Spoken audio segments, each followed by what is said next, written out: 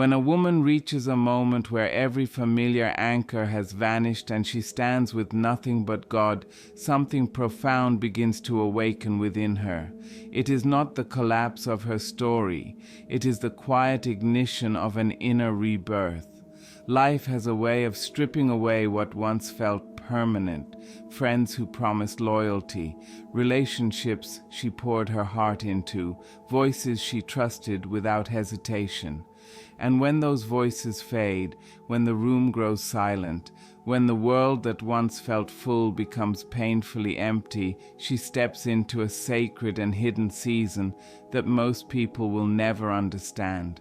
What she is walking through is not accidental, cruel, or punitive. It is purposeful preparation. The isolation may feel hollow, but it is not without intention. The silence may feel heavy, but it is not wasted.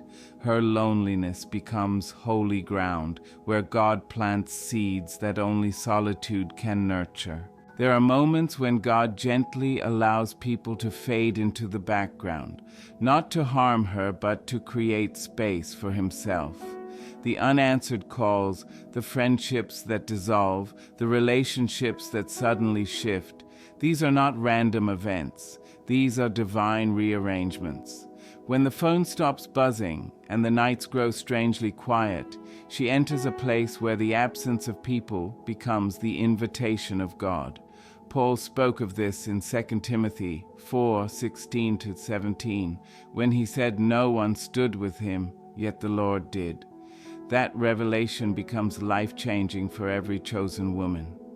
When everyone else steps out, God steps closer. He is not intimidated by her emptiness. He uses it. He allows the crowd to walk away so she can recognize the one who never leaves the room. He lets human support tremble so she can finally see who is truly faithful. This season is not abandonment. It is alignment. Jesus performed his miracles in public, but he was shaped in private, strengthened in the wilderness, and refined away from sight. Likewise, the woman God is forming must walk through solitude before she carries impartation. Her wilderness is not a place of punishment, it is God's workshop. When the noise finally stops, when the distractions dissolve, when the chatter around her loses its grip, she becomes able to hear the whisper of God. A loud life makes it nearly impossible to discern a gentle voice. So in his mercy, God removes what competes for her attention. He allows the relationship to end. He allows certain people to drift. He allows the texts and calls to go unanswered, not to break her heart, but to break the noise around her, because God rarely speaks through earthquakes and fires. He speaks through whispers, and a whisper can only be heard by someone who has become still. In that stillness, something sacred unfolds. She begins to pray with a depth she didn't know she had, not out of habit, but out of necessity. She reads scripture with hunger instead of obligation. She stops relying on the voices of others for direction and begins to rely solely on the voice of heaven. That is the soil where true transformation grows. She rediscovers her identity, not as someone's helper, backup plan, or emotional support, but as a daughter of the King. She realizes that God is not the one she runs to after everything falls apart. He is the foundation she should have been standing on all along. He is not her emergency exit. He is her destiny's architect. Just like Hagar in the wilderness, unseen by people but fully seen by God, she learns to say, "You are the God who sees me." There are seasons when God removes crutches, people, routines, expectations, and even her own carefully laid plans, not to knock her down, but to teach her how to stand. Many women are taught to depend on others for approval, comfort, validation, or identity. But a woman who only leans on people never discovers the strength God planted inside her, so he removes the supports that were holding her back. Lamentations 3:22-24 says, "The Lord is my portion, not people, not certainty, not comfort, but the Lord himself." He didn't fail her. He simply started feeding her differently. The crutches he removes may be her desire for control, her need to be understood, her constant search for affirmation, or even the image she has tried to maintain for years. When these things collapse, it feels like loss, but spiritually, it is liberation. Because once she loses what she thought she needed, she discovers the one she truly needs. God is not tearing her life down. He is breaking her out of limitations she didn't realize she was trapped in. In the depth of her struggle, pain becomes a teacher rather than an enemy. Pain is one of God's sharpest and most transformative tools. When a woman has no one but God, the pain she feels becomes the very classroom where He prepares her for purpose. Pain is not always punishment. More often, it is purification. Consider Hannah in 1 Samuel when, misunderstood, mocked, provoked, and bitter of soul, her tears didn't repel God, they moved Him. Her suffering pushed her into deeper prayer, and her pain became the altar where her miracle was conceived. Pain births purpose. James 1:2-4 teaches that trials produce perseverance, maturity, and strength. Some women never pray deep prayers until their hearts break. Some never seek God with desperation until everything else is stripped away. Some never step into their calling until pain pushes them forward. Pain is not the enemy. Pain is the escort that guides her into the presence of God. When she has no one but God, she begins to rediscover who she truly is. When the opinions quiet down, when expectations from others loosen their grip, when the voices that shaped her identity fall silent, God starts to reveal the truth of who He created her to be. Identity is often buried beneath noise. Look again at Hagar. She stepped into the wilderness unwanted, unvalued, and unseen. Yet she walked out chosen, acknowledged, and named by God. When a woman is left alone with God, the mirrors of people's validation shatter, and God Himself becomes her reflection. She learns to see herself through His eyes, chosen, becoming, capable, and crafted with intention. She begins to bloom in the very silence she once feared. She starts recognizing parts of herself in Deborah's warrior heart, in Ruth's loyalty, in Esther's courage, and in Mary's surrender. Her loneliness becomes her classroom, her solitude becomes her sanctuary, and her silence becomes the soil where God shapes her next season. Isolation strengthens her faith until it becomes something unshakable.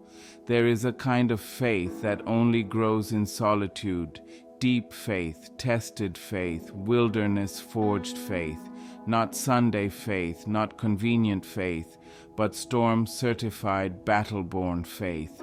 Faith like Habakkuk expressed when he said, "Even if the fig tree does not bud, yet I will rejoice." That is not the faith of a woman who has everything. It is the faith of a woman who has lost nearly everything but refuses to lose her praise. This kind of woman becomes dangerous to the enemy. Nothing shakes her anymore. She's been abandoned before. She survived. She's faced storms before. She endured. She's walked through seasons where heaven felt silent, and she learned silence does not mean absence. Her faith stops depending on outcomes and begins resting in God alone. She becomes unmovable. Her loneliness is not a delay, it is a delivery room. Purpose grows in quiet places. Callings are conceived in silence. Elizabeth was hidden for 5 months after conceiving John the Baptist, not out of shame, but because God was forming something sacred within her. Some blessings are too holy for public exposure. Her loneliness is not a shelf, It is a womb. God is not ignoring her. He is incubating her. She is not overlooked. She is overshadowed by divine protection. Isaiah 43:1 says God has called her by name, and she belongs to him. God hides women he intends to use. He separates those he intends to elevate. He isolates those he intends to anoint. She is not being set aside. She is being set apart. She is not empty. She is in the making. If she has cried in secret, if she has felt invisible, if she has wondered whether God still sees her, the truth is this: she is not behind. She is being built. She is not breaking. She is becoming. When a woman has no one but God, she does not shrink. She strengthens. She does not get lost. She gets aligned. She does not fall apart. She falls into purpose. And when she emerges from this hidden season, she will not be the same woman who entered it. She will come out anointed, appointed, aligned, and unstoppable. If this word resonates deeply in your spirit, declare boldly, "I'm hidden, but I'm holy." And when this hidden season stretches longer than she expected, when the calendar flips and yet her circumstances remain unchanged, something deeper begins to shift inside her. It is here, in the long, quiet middle, that God does his most intricate work. This is the space where impatience tries to rise, where doubt whispers, where questions grow louder than answers. Yet even then, God is not distant. He is chiseling her character in ways she does not yet see. Every unanswered question becomes an invitation to trust. Every delay becomes a training ground for resilience. Every silent night becomes a rehearsal for the revelation he is preparing. What feels like waiting is actually God rearranging the foundations of her heart so that when he blesses her, the weight of the blessing will not break her. What feels like standing still is actually being positioned. What feels like divine distance is often divine detail. God is working on things she hasn't prayed about yet, creating solutions for battles she hasn't even faced, and preparing doors she doesn't know she will need to walk through. During these in-between moments, she learns that transformation is not always loud. Sometimes it is slow, steady, and unseen. Like a seed beneath the soil, something is happening even when nothing seems visible on the surface. Roots are stretching, resilience is forming, strength is growing in secret. She learns to stop measuring progress by what she can see and begins to measure it by what she feels God doing internally. The world may see stillness, but heaven sees growth. She begins noticing subtle shifts. She doesn't react the way she used to. She doesn't cling to what once drained her. She doesn't fear the things that used to overwhelm her. Her spirit matures quietly. Her confidence deepens, not because her circumstances have changed, but because she has changed within them. She starts to understand that the work God does in hiding is often the most essential work of her entire journey. What is built in silence becomes what sustains her in the spotlight. There are days when her heart aches fiercely, when she misses what she lost, when she longs for what used to feel normal. She may feel the pull of old seasons, the weight of past attachments, or the grief of relationships that could not stay. But even in those moments of heaviness, God whispers reminders of his nearness. He allows her to feel the ache, not to torment her, but to stretch her capacity for compassion, understanding, and wisdom. Pain softens her edges. Loss widens her perspective. Grief cleanses her vision. She starts to realize that the people who left were not meant to carry the next chapters of her story. Their departure was not a rejection, it was a release. God removes what cannot support where he is taking her. He detaches her from what cannot define her. He protects her from what would have weakened her calling. Every goodbye, every closed door, every severed connection becomes evidence that God's hand has been guiding her even when she didn't notice. As she journeys through this season, she begins to develop a spiritual sensitivity she didn't have before. Her discernment sharpens. She can sense the difference between what is temporary and what is eternal, between what is convenient and what is God-ordained, between who is sent by purpose and who is sent by distraction. She starts noticing how God speaks in patterns, nudges, impressions, and gentle guidance. She learns to pause before deciding, to pray before reacting, and to listen before responding. Her relationship with God becomes less about routine and more about communion. She realizes that God is not just the one who answers prayers. He is the one she walks with daily. The more she listens, the more she recognizes His voice, even in the smallest things. The whisper that once felt faint becomes familiar. The guidance that once felt uncertain becomes her anchor. She no longer needs loud confirmations because her spirit has grown attuned to divine subtlety. This growth is not without challenges. There are moments when old fears try to resurface, when old insecurities knock on the door of her mind, when old wounds try to dictate new decisions. But unlike before, she now has spiritual tools to face them. She has learned to silence the lies with truth, to counter fear with faith, and to replace panic with prayer. She begins to understand that spiritual maturity is not the absence of struggle, but the presence of strength in the midst of it. She may feel the fear, but she no longer follows it.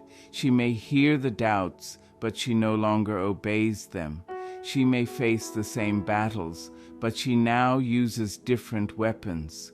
Her faith has become fortified. Her spirit no longer crumbles under pressure.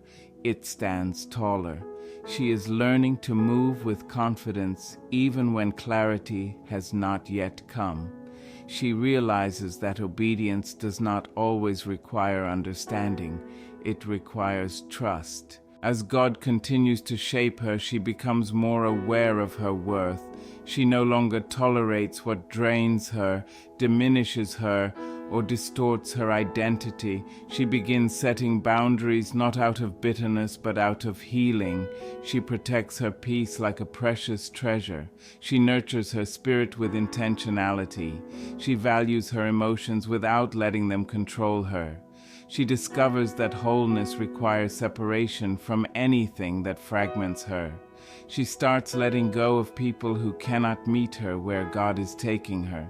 She stops shrinking to fit places that were never meant for her. She learns that being chosen by God often requires being misunderstood by people, and she becomes okay with that.